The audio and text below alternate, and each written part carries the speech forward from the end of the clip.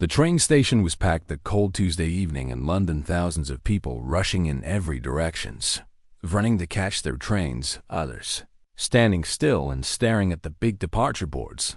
Nobody was paying attention to the old man walking slowly through the crowd. He moved like a ghost. His coat was torn at the sleeves, and his shoes had holes that let the cold air bite. His feet, his beard had grown wild over the years, and his hair hung past his ears in gray tangled strands. People looked away when they saw him coming. They always did. He was 54 years old, but he looked much older. Life had not been kind to him, not for a very long time. 3 years ago, he lost his home. Before that, he lost his wife. Before that, he lost his career. Before that, he lost himself. It happened slowly at first, and then all at once, like a building crumbling from the inside. He used to be somebody. He used to wear nice suits and shake hands with important people in the music industry. He used to walk into recording studios and sit behind a piano and make magic happen. His fingers would dance across the keys, and producers would smile and nod because they knew they had found the right man for the job. He played on albums that sold millions of copies. He played behind famous singers whose names everyone knew, but nobody knew his name. He was always in the background. Invisible man behind the music. That was fine with him back then. Never wanted fame. He just wanted to play. Music was the only language he ever truly understood. It was the only thing that made sense in a world full of noise and confusion. When he played the piano, everything else disappeared. All the problems and worries and fears would melt away, and there was only the music. But then the accident happened. His wife was driving home from her sister's house on a rainy night.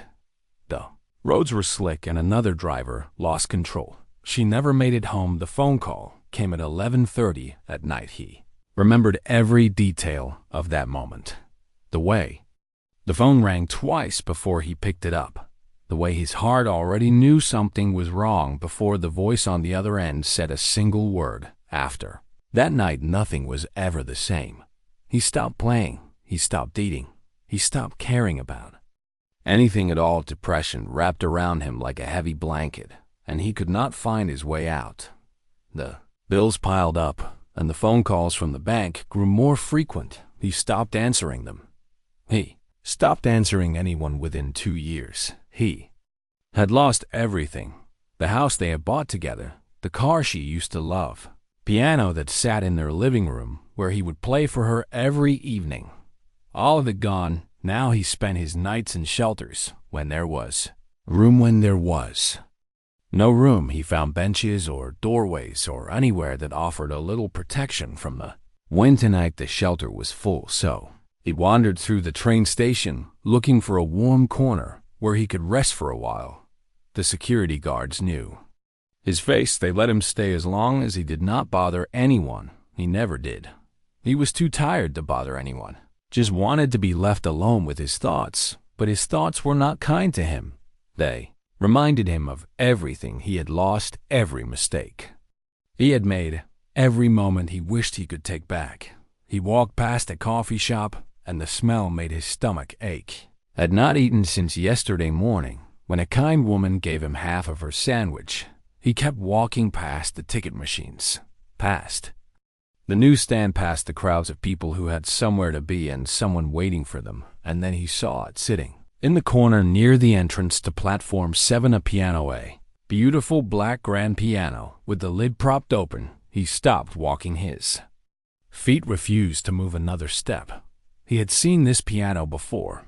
It was one of those public pianos that stations put out for anyone to play. He had walked past it dozens of times over the past 3 years. Sometimes he would see teenagers banging on the keys just for fun. Sometimes he would see older folks playing simple melodies that reminded them of their youth. Sometimes he would see actual musicians showing off their skills for the passing crowd. But he had never touched it, not once. The thought of sitting down at a piano again filled him with a fear he could not explain. It was like standing at the edge of a cliff and being asked to jump. Was terrified of what he might feel, terrified of the memories that might come flooding back, terrified that his fingers had forgotten how to make the magic happen, so he always walked past, he always kept his head down and kept moving. But tonight was different tonight. Something pulled at him. Maybe it was the cold. Maybe it was the hunger. Maybe it was the fact that tomorrow would mark 20 years since he recorded his very first album. 20 years since he sat in that tiny studio with warm carpet and flickering lights and played his heart out for a producer who gave him his first real chance. That producer had passed away 5 years ago. His wife had been gone for nearly 4. Almost everyone who had ever believed in him was gone. Now and here he was a ghost walking through a train station, invisible to everyone around him. He took a step toward the piano, then another. A young woman sitting nearby glanced up from her phone and saw him. Approaching, she nudged her friend, and they both looked at him with a mixture of curiosity and concern. A businessman in an expensive coat noticed him too, and frowned. He could see the judgment in their eyes. They were wondering if he was going to cause trouble. They were wondering if security would need to come over. He almost turned around. He almost walked away. But something inside him said, no, not tonight. He needed to remember who he used to be. Even if just for a moment he reached the piano and stood beside it. His hand trembled as he touched the smooth black surface. It was cold beneath his fingertips. He pulled out the bench and sat down slowly. His old bones ached as he lowered himself onto the seat. He looked at the keys, 8 of them stretching out before him like an old friend he had not seen in years. His fingers hovered above them. He could feel his heart pounding in his chest. What if he had forgotten everything? What if his hands no longer knew what to do? What if he pressed the keys and nothing but ugly noise came out? The teenager nearby whispered something to her friend, and they both laughed quietly. The businessman shook his head and looked at his watch. A security guard across the hall noticed him sitting at the piano and began walking in his direction. The old man took a deep breath. He closed his eyes, and in that moment he was not in a train station anymore. He was back in his living room. His wife was curled up on the couch with a book in her hands. The evening light was streaming through the window. She looked up at him and smiled. "Play something for me," she said. "Play something beautiful." He opened his eyes. His fingers found the keys and he began to play. The first note echoed through the station like a whisper, then another and another. At first, nobody paid attention, just another person playing the public piano, but then something shifted. The notes began to flow together in a way that made people slow their steps. The music was soft and delicate, like snowflakes falling on a quiet night. It wrapped around the noise of the station and somehow made everything else fade away. The teenager stopped laughing. The businessman lowered his phone. The security guard stopped walking and stood completely still. One by one, people began to turn their heads. They looked at the old man with the torn coat and wild beard. They watched his weathered hands move across the keys with a grace that did not match his appearance. Something was happening, something nobody expected, and the station began to listen. The music floated through the station like something alive. It moved between the pillars and wrapped around the crowds and found its way into the ears of people who were not even paying attention. At first it was quiet, almost shy, like the old man was testing the waters, seeing if his fingers still remembered what to do. But they remembered. They remembered everything. 10 years had passed since he last touched a piano. 10 long years of silence and pain and loneliness. But his hands had not forgotten. Muscle memory was still there, buried deep inside him, waiting for this moment. The melody he played was one he had heard many years ago, a piece by an Italian composer that his wife had loved more than any other. She used to ask him to play it every Sunday morning while she made breakfast in the kitchen. He would sit at their piano in the living room, and the notes would drift through the house, and she would hum along while flipping pancakes. Those were the happiest moments of his life, simple and ordinary, but filled with so much love. Now, as his fingers moved across the keys, he could almost smell the pancakes. He could almost hear her voice humming that familiar tune. The tears began to form in his eyes. but he did not stop playing. He could not stop. Something had been unlocked inside him, and it needed to come out. A woman in her 30s was rushing toward platform 9 when the music reached her. She had been running late for her train, and her mind was full of stress and worry, but when she heard those notes, something made her slow down. She turned her head and saw the old man at the piano. His eyes were closed, and his body swayed gently with the rhythm. She stopped walking completely. Her train could wait. A group of university students were standing near a coffee shop laughing about something on one of their phones. One of them heard the music first and tapped his friend on the shoulder. Soon, all 5 of them were staring at the piano. They walked closer without saying a word. A mother was holding her young daughter by the hand, trying to navigate through the crowded station. The little girl tugged at her mother and pointed toward the piano. "Mama, listen," she said. The mother stopped and listened. Her eyes grew wide. She picked up her daughter so she could see better. An elderly man in his 70s was sitting on a bench nearby. He had been waiting for his son to pick him up. When the music started, he felt something stir in his chest. He had been a jazz musician himself many decades ago. He knew talent when he heard it, and this was something special. He leaned forward and watched the old man play with a look of wonder on his face. The security guard, who had been walking toward the piano, stopped in his tracks. He had planned to ask the homeless man to move along, but now he could not bring himself to do. I stood there frozen like everyone else. The music built slowly like a wave, gathering strength far out at sea. The old man played with his whole body. His shoulders rose and fell with each phrase. His head tilted back as the melody climbed higher. His foot pressed the pedal gently to let the notes ring out and blend together. He was not just playing the piano. He was speaking through it. Every note carried a piece of his story. The joy of falling in love. The peace of quiet Sunday mornings. The horror of that phone call in the middle of the night. The emptiness that followed. Years of wandering with no purpose and no hope. It was all there in the music. You could hear it if you listened closely, and people were listening, more and more of them, with each passing minute. A businessman, who had been annoyed at first, now stood with his briefcase hanging loosely at his side. Eyes were fixed on the piano, and his expression had softened. The teenage girl who had laughed when the old man first sat down now had tears rolling down her cheeks. She did not even know why she was crying.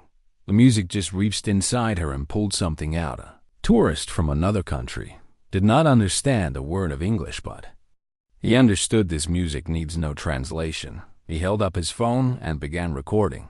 Others did the same soon.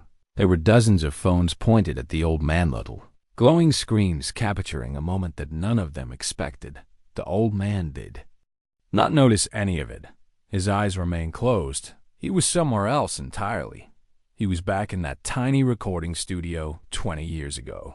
One with the worn carpet and the flickering lights. He remembered how nervous he had been that day, his first real session, his first chance to prove himself. The producer had looked at him and said, "Just play from the heart. That is all I need from you." So he did, and it changed his life. He played from the heart again now. Maybe for the last time. He did not know what tomorrow would bring. He did not know where he would sleep tonight. But in this moment, none of that mattered. He was exactly where he was supposed to be. Melody reached its peak and hung in the air like a held breath. The entire station seemed to pause. Trains announced their departures, but nobody moved. People forgot about their schedules and their meetings and their plans. They just stood and listened. An older woman near the front of the crowd pressed her hand to her chest. She had lost her husband just 6 months ago. He used to play piano for her every evening before bed. This music reminded her of him so strongly that she could barely breathe. The tears fell freely down her face, and she did not try to hide them. A young man in a business suit felt something crack open inside him. He had been so focused on his career that he had forgotten what it felt like to be moved by something beautiful. He had forgotten that there was more to life than emails and meetings and climbing the ladder. Standing there listening to this stranger play, He felt like he was waking up from a long sleep. The old man began to bring the piece to its close. The notes grew softer and more delicate, like a whisper fading into silence. His fingers slowed down. Each note was placed with care and intention. He wanted to hold on to this moment for as long as possible. He knew that when the music stopped, he would have to return to reality, back to the cold and the hunger and the loneliness, but not yet. Just a few more seconds, few more notes. The final chord rang out through the station. It hung in the air for what felt like an eternity, and then silence, complete and total silence. The old man opened his eyes. He looked down at the keys and then slowly lifted his head. What he saw made his breath catch in his throat. Hundreds of people were standing around the piano. They filled the space in every direction. Some were crying, some were smiling, some just stood there with their mouths open. He had not realized anyone was watching. Thought he had been playing for himself, for his memories, for his wife, but all these people had stopped their lives to listen. For a moment, nobody moved. The silence stretched on, and then someone started clapping. It was the elderly man on the bench, the former jazz musician. He brought his wrinkled hands together slowly at first, and then faster. Others joined in. Clapping spread through the crowd like wildfire within seconds. The entire station was filled with applause. It echoed off the high ceilings and bounced off the walls. People cheered and whistled. Some wiped their eyes while they clapped. The old man sat frozen at the piano. He did not know how to react. He had not heard applause in so many years. He had forgotten what it felt like to be seen, to be appreciated, to matter to someone. Even for just a moment his hands began to shake. Not from cold this time. From emotion he tried to stand, but his legs felt weak. The crowd kept clapping. They did not want to stop. They wanted him to know that what he had given them was special, a gift they had not asked for but desperately needed. Security guard, who had planned to ask him to leave, was now clapping louder than anyone. He shook his head in disbelief. Could he have almost interrupted this? The teenage girl who had laughed pushed her way to the front of the crowd. She wanted to see him up close. She wanted to understand how someone who looked like he had nothing could create something so beautiful. The old man finally managed to stand. He gripped the edge of the piano for support. He looked out at the sea of faces and felt something he had not felt in years: connection. These strangers had heard his story without him saying a single word. They had felt his pain and his love and his loss, and they had responded with kindness. He nodded his head slowly as a way of saying thank you. His voice was too choked up to speak. The applause continued, and somewhere in the back of the crowd, a young woman watched with wide eyes. She had been on her way to catch a train to another city, but she had stopped when she heard the music. Now she stood completely still, her hand pressed against her chest. She knew she had just witnessed something extraordinary, and she was not going to let this man disappear back into the shadows, not if she could help it. The applause slowly began to fade, but nobody wanted to leave. People lingered around the piano, hoping for something more. Maybe another song, maybe a chance to speak with the man who had just moved them so deeply. But the old man was already trying to slip away. He had given everything he had in those few minutes at the piano. Now he felt empty and exposed. He did not want to answer questions. He did not want to explain who he was or where he came from. He just wanted to disappear back into the shadows where he had lived for so long. He stepped away from the piano and began walking toward the side exit. Head was down and his shoulders were hunched. He moved quickly, hoping to blend back into the crowd before anyone could stop him. But the young woman at the back had already started pushing her way through the mass of people. She was in her late 20s with dark hair pulled back in a messy ponytail. She wore a simple jacket and carried a leather bag over her shoulder. Her train to Paris was leaving in 12 minutes, but she did not care. She had to reach him before he vanished. "Excuse me," she said, as she squeezed past a group of tourists. "Sorry," she muttered as she bumped into a man checking his phone. The old man was moving faster. Now he could sense that people were looking at him. He could feel their eyes on his back. It made him uncomfortable in a way he could not explain. For years he had been invisible. Now suddenly everyone could see him. It was too much. He needed air. He needed space. He needed to be alone. The young woman finally broke through the edge of the crowd. She spotted him heading toward the exit near the taxi stand. Wait, she called out. Her voice was swallowed by the noise of the station. She called again, louder this time. Please wait. The old man heard her, but did not stop. He kept walking. His worn shoes shuffled across the tile floor. She started running. Her bag bounced against her hip as she moved. She reached him just as he was about to push through the exit doors. She grabbed his sleeve gently. Please, she said, catching her breath. Please just stop for one moment. He turned and looked at her. His eyes were tired and red up close. She could see the deep lines carved into his face, lines made by years of hardship and grief. She could see the sadness in him, but she could also see something else here. Flicker of the man he used to be. That was incredible, she said. What you just played back there, I have never heard anything like. I shook his head. Slowly, it was nothing, he said. His voice was rough from disuse. He had not spoken to anyone in days. Just an old man playing an old song. No, she said firmly. That was not nothing. I work in the music industry. I know what talent sounds like and what you did. Then there was something special. He looked at her with confusion. Why would someone like her be talking to someone like him? She was young and put together and clearly had somewhere important to be. He was old and broken and had nowhere to go. It does not matter, he said quietly. Those days are behind me. What days? She asked. He did not answer. He tried to turn away, but she stepped in front of him. I'm not trying to bother you, she said softly. I just want to understand. How does someone play like that and end up here? Her words were not cruel. They were filled with genuine curiosity and something that felt almost like care. He had not felt that from a stranger in a very long time. The old man sighed. His shoulders dropped. For a moment, he looked like he might collapse under the weight of everything he carried. It is a long story, he said.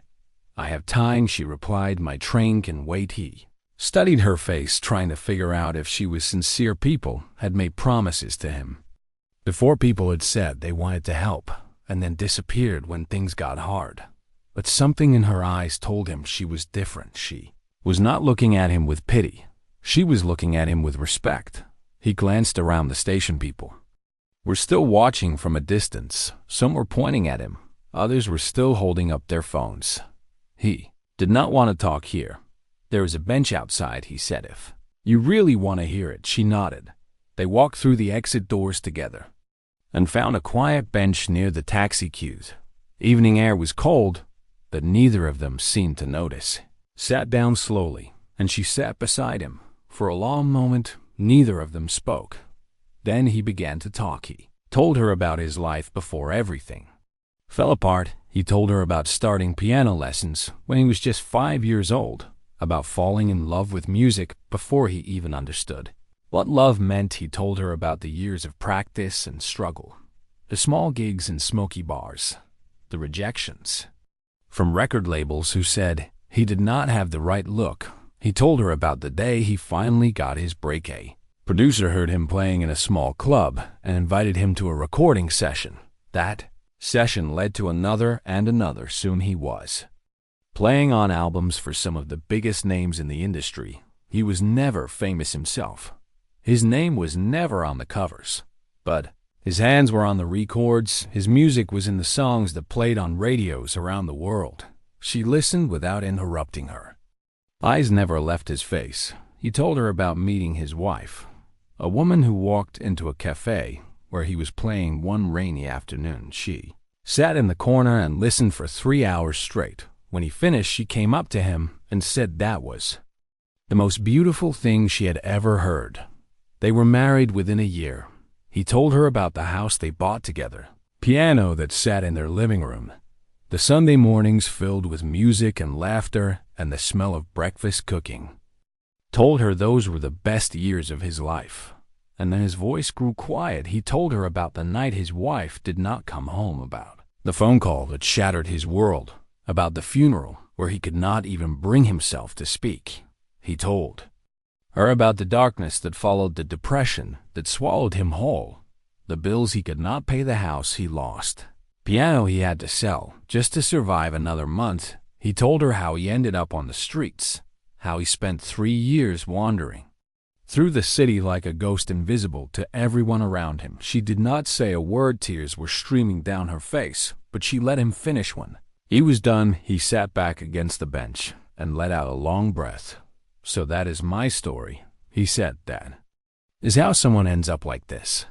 The young woman wiped her eyes with the back of her hand. She reached into her bag and pulled out her wallet. Inside was a worn photograph that she carried everywhere. She handed it to him. He looked at it carefully. It showed a middle-aged man sitting at a piano in what looked like a living room. The man was smiling at the camera with pure joy in his eyes. "That is my father," she said. "He passed away 2 years ago. He was a piano teacher. His whole life, never made much money, never got famous, but he loved music more than anything in the world." The old man looked at the photograph and then back at her. "Every Sunday," she continued, "he would put on this one album, an old recording from the early 90s. He said it was the most beautiful piano work he had ever heard. He used to tell me that whoever played on that album had a gift from somewhere beyond this world." The feast. Old man felt his heart stop. She looked at him with tears still fresh in her eyes. "I recognized the way you play," she said. "I have heard those hands before you are the one on that album. Are you?" No, could not speak. His throat tightened and his vision blurred. All he could do was nod. The young woman took his weathered hand in hers. "My father would have given anything to meet you," she said. "He spent his whole life trying to play like you, and here you are." She squeezed his hand gently. "This is not how your story ends," she said. "I will not let it be." The old man looked at her, and for the first time in years he felt something stir inside him. It was small and fragile, like a candle flame in a storm, but it was there. Hope. He had forgotten what it felt like. She reached into her bag and pulled out a small card. She pressed it into his palm. "Call me tomorrow," she said. "I know people in the industry, good people who care about music more than money. We can figure something out together." He looked down at the card in his hand. His fingers trembled as he held it. "Why?" he asked quietly. "Why would you help?" Mesh smiled softly. "Because my father taught me that music has the power to heal," she said. "And I think you still have a lot of healing to give." She stood up and looked back at the station. Her train was long gone by now, but she did not seem to mind. "I will be waiting for your call," she said. "Do not disappear on me." And with that she turned and walked away into the night. The old man sat alone on the bench, holding the card in his hand. Looked up at the sky. The stars were hidden behind the clouds, but somewhere up there he knew she was watching his wife, the woman who had believed in him when no one else did. He whispered into the cold air, "Maybe it is not over yet. Maybe there is still one more song left to play." He did not sleep that night. He sat on the bench outside the station until the cold became unbearable. Then he walked the streets with the small card clutched tightly in his hand. Was afraid to let go of it, afraid that if he put it in his pocket, it would disappear like everything else good in his life. The morning came slowly. Gray lights spread across the city, and the streets began to fill with people heading to work. He found himself standing outside a phone booth. He had not used one in years. Most of them had been removed from the city, but this one still stood on a quiet corner near the river. He stared at it for a long time. His mind was racing with doubt. What if she had changed her mind overnight? What if she woke up and realized she had made a mistake talking to a homeless man? What if she did not answer? What if she laughed at him? He had been disappointed so many times before. He had learned to expect nothing from anyone. That way the pain was easier to bear. But something kept pulling him toward that phone booth. The memory of her face, the sincerity in her voice, the photograph of her father, the way she had held his hand and told him this was not how his story would end. Took a deep breath and stepped inside the booth. His fingers trembled as he dropped the coins into the slot. He dialed the number on The card slowly, each digit felt like a mountain to climb. The phone rang once, twice, 3 times. His heart pounded in his chest. Was about to hang up when he heard her voice. "Hello." He froze for a moment. He could not speak. "Hello," she said. Again. "Is anyone there?" "Is me," he finally managed to say, "from the station last night." There was a pause on the other end. Then her voice came back warm and full of relief. "I was hoping you would call," she said. "I barely slept thinking about you." He did not know what to say. No one had thought about him in years. She told him to meet her at a small cafe near the river in 1 hour. She said she had already made some calls. She said there were people who wanted to hear him play. He agreed to meet her even though he was terrified. Hung up the phone and looked at his reflection in the dirty glass of the booth.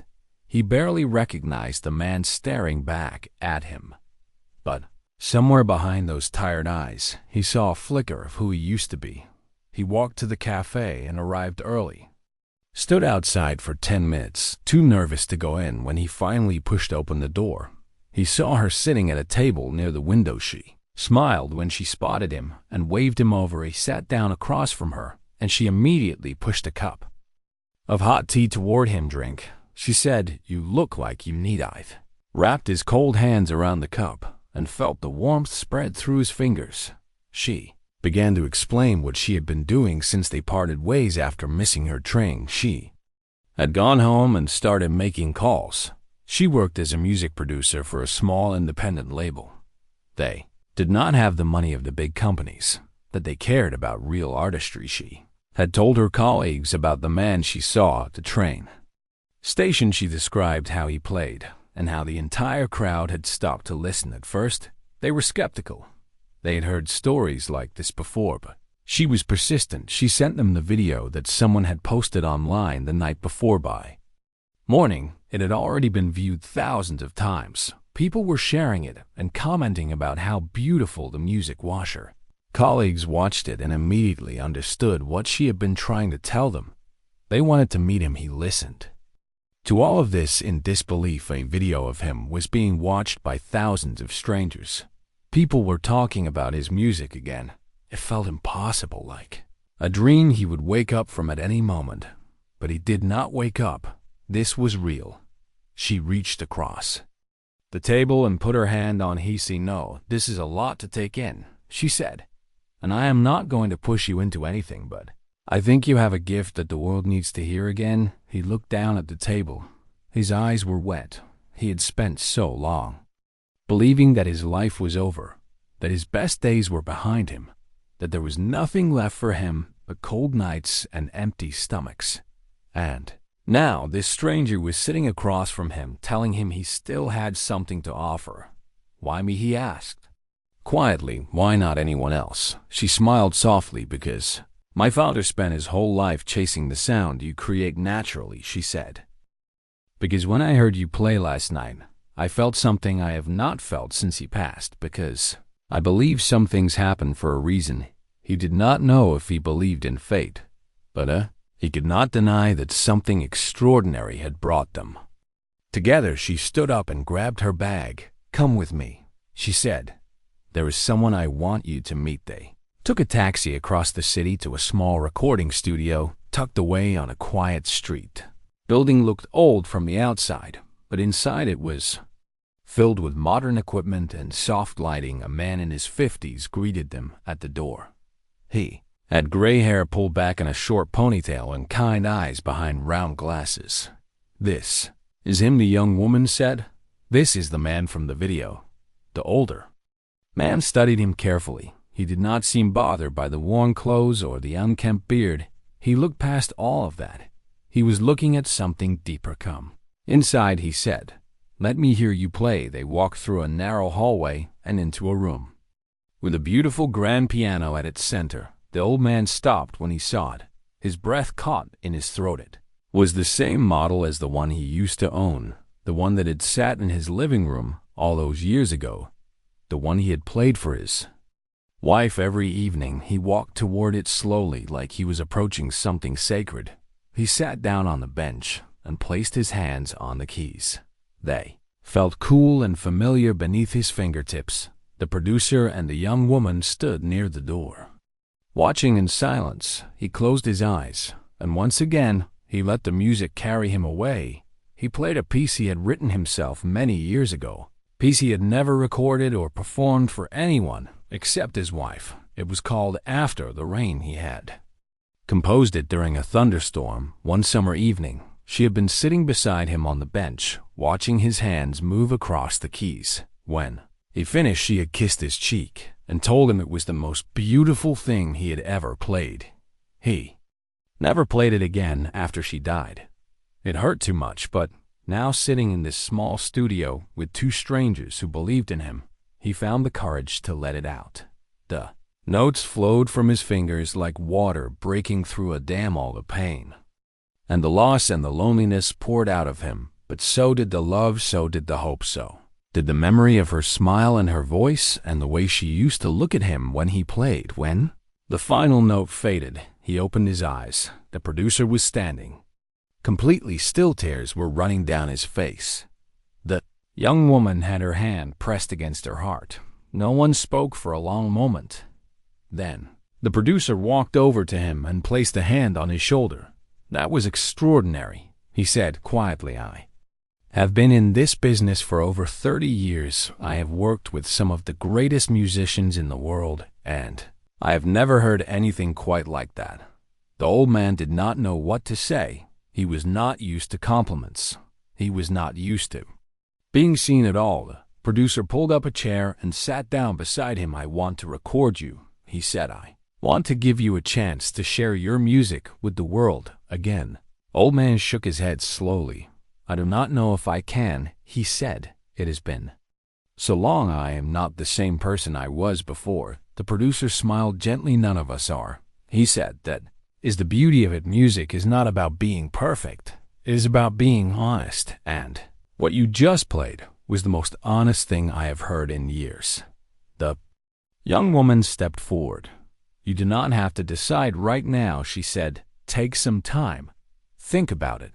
But please do not disappear again." He looked at both of them. These two strangers who had shown him more kindness in one day than he had received in 3 years on the streets. He thought about his wife. He thought about what she would say if she could see him now. He knew exactly what she would tell him. She would tell him to stop being afraid. She would tell him to play. She would tell him that the music was always meant to be shared. He took a deep breath and looked at the producer. "When do we start?" he asked. The producer grinned. "How about right now?" Next few months changed everything. He spent long hours in that small studio pouring his heart into every single note. Some days were harder than others. There were moments when the grief came rushing back, and he had to step away from the piano just to breathe. But he always returned. He always sat back down and let his fingers find their way across the keys. The young woman visited him often. She would bring him tea and sit quietly in the corner while he played. She never interrupted. She understood that the music was his way of healing. The producer worked closely with him to capture every piece perfectly. They recorded songs he had written decades ago and songs he created fresh in the studio. One track was the piece he had played that first day, the one called After the Rain. When they finished recording it, the producer sat in silence for a long time. Then he looked at the old man and said, "This is going to touch a lot of people." The album took 4 months to complete. They called it The Station. It was a tribute to the place where everything had changed. The cover showed a photograph of a grand piano sitting in an empty train station at night. Simple and beautiful, just like the music inside. When the album was released, something incredible happened. People connected with it in a way no one expected. The video from that night at the train station had already been seen by millions now. Those same people were buying the album and sharing it with everyone they knew. Music critics wrote about the raw emotion in every track. They said it was unlike anything they had heard in years. They said it reminded them why they fell in love with music in the first place. Interviews started coming in from newspapers and radio stations and television programs. At first he was nervous about speaking publicly. He had spent so long hiding from the world, but the young woman encouraged him to share his story. She told him that his journey could help others who were struggling. So he agreed. He sat down in front of cameras and microphones and told the truth. He talked about losing his wife and falling into darkness. He talked about the years on the streets, feeling invisible and forgotten. He talked about that cold Tuesday night when something pulled him toward the piano. He talked about the strangers who stopped to listen and the young woman who refused to let him disappear. People listened, and they were moved. Messages started pouring in from all over the world. People wrote to him saying his music had helped them through their own dark times. A widow in another country said she played after the rain every night before bed, and it made her feel close to her late husband again. A young man said hearing the album gave him the strength to keep going when he wanted to give up. Mother said she played it for her daughter, who was battling illness, and it brought peace to their home. Each message reminded him why music mattered. It was never about fame or money. It was about connection. It was about reaching into the hearts of strangers and letting them know they were not alone. The album became one of the most talked about releases of the year. It did not top the mainstream charts, but it found its audience, people who needed it most, and that was more than enough. With the money from the album sales, he was able to rent a small apartment near the river. It was nothing fancy, just one bedroom with a tiny kitchen and a window that looked out over the water. But it was his. For the first time in 3 years, he had a place to call home. He bought a second-hand piano and put it near the window. Every morning, he would wake up with the sunrise and play for an hour before breakfast. Sometimes he played songs from the album. Sometimes he played pieces he remembered from his childhoods. Sometimes he just let his fingers wander and see where they would go. The young woman stayed in his life. She became like family to him. She visited every Sunday, and they would drink tea and talk about music and life and everything in between. She told him stories about her father, about how he used to play that old album on Sunday mornings and close his eyes and smile. She said meeting him felt like meeting a part of her father she never got to know. He told her that her father sounded like a wonderful man and that she had inherited his kindness. A year after the album was released, he did something he never thought he would do. He returned to the train station, the same station where it all began, walked through the doors and made his way to the corner near platform 7. The piano was still there, waiting for him. A small crowd had already gathered. Word had spread that he was coming. People wanted to see him play one more time in the place where his second chance started. He sat down on the bench and looked out at the faces watching him. Some of them had been there that first night. Others had only heard the story, but all of them were there because the music had touched them in some way.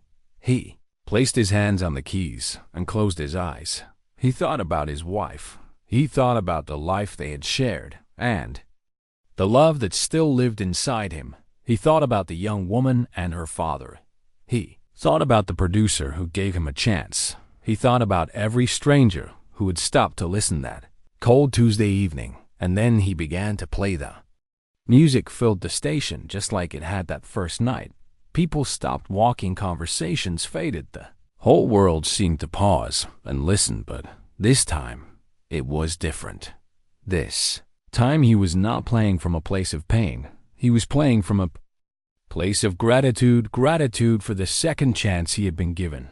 Gratitude for the people who believed in him when he had stopped believing in himself. Gratitude for the music that had saved his life. When he finished, the crowd erupted in applause louder than before, longer than before. He stood up from the bench and looked out at the sea of faces. Tears were streaming down his cheeks, but he was smiling, raised his hand in a small wave, and mouthed the words "thank you." In the front row, the young woman stood clapping with tears in her own eyes. Beside her was a photograph in a small frame, a picture of her father sitting at a piano, smiling at the camera. She had brought him along so he could finally hear his hero play in person. The old man noticed the photograph and felt his heart swell. He nodded at her and placed his hand over his chest. She did the same. No words were needed. They understood each other completely. Later that evening, he walked along the river as the sun set over the city. He thought about how far he had come, from sleeping on benches to recording albums, from being invisible to being seen, from losing everything to finding something even more precious. He knew his wife was watching from somewhere. Beyond the clouds, he could feel her presence in the wind and the water and the fading light. He whispered into the evening air, "I hope I made you proud." And somewhere deep in his heart, he heard her answer, "You always did." He smiled and kept walking. The music was not over. It was only just beginning.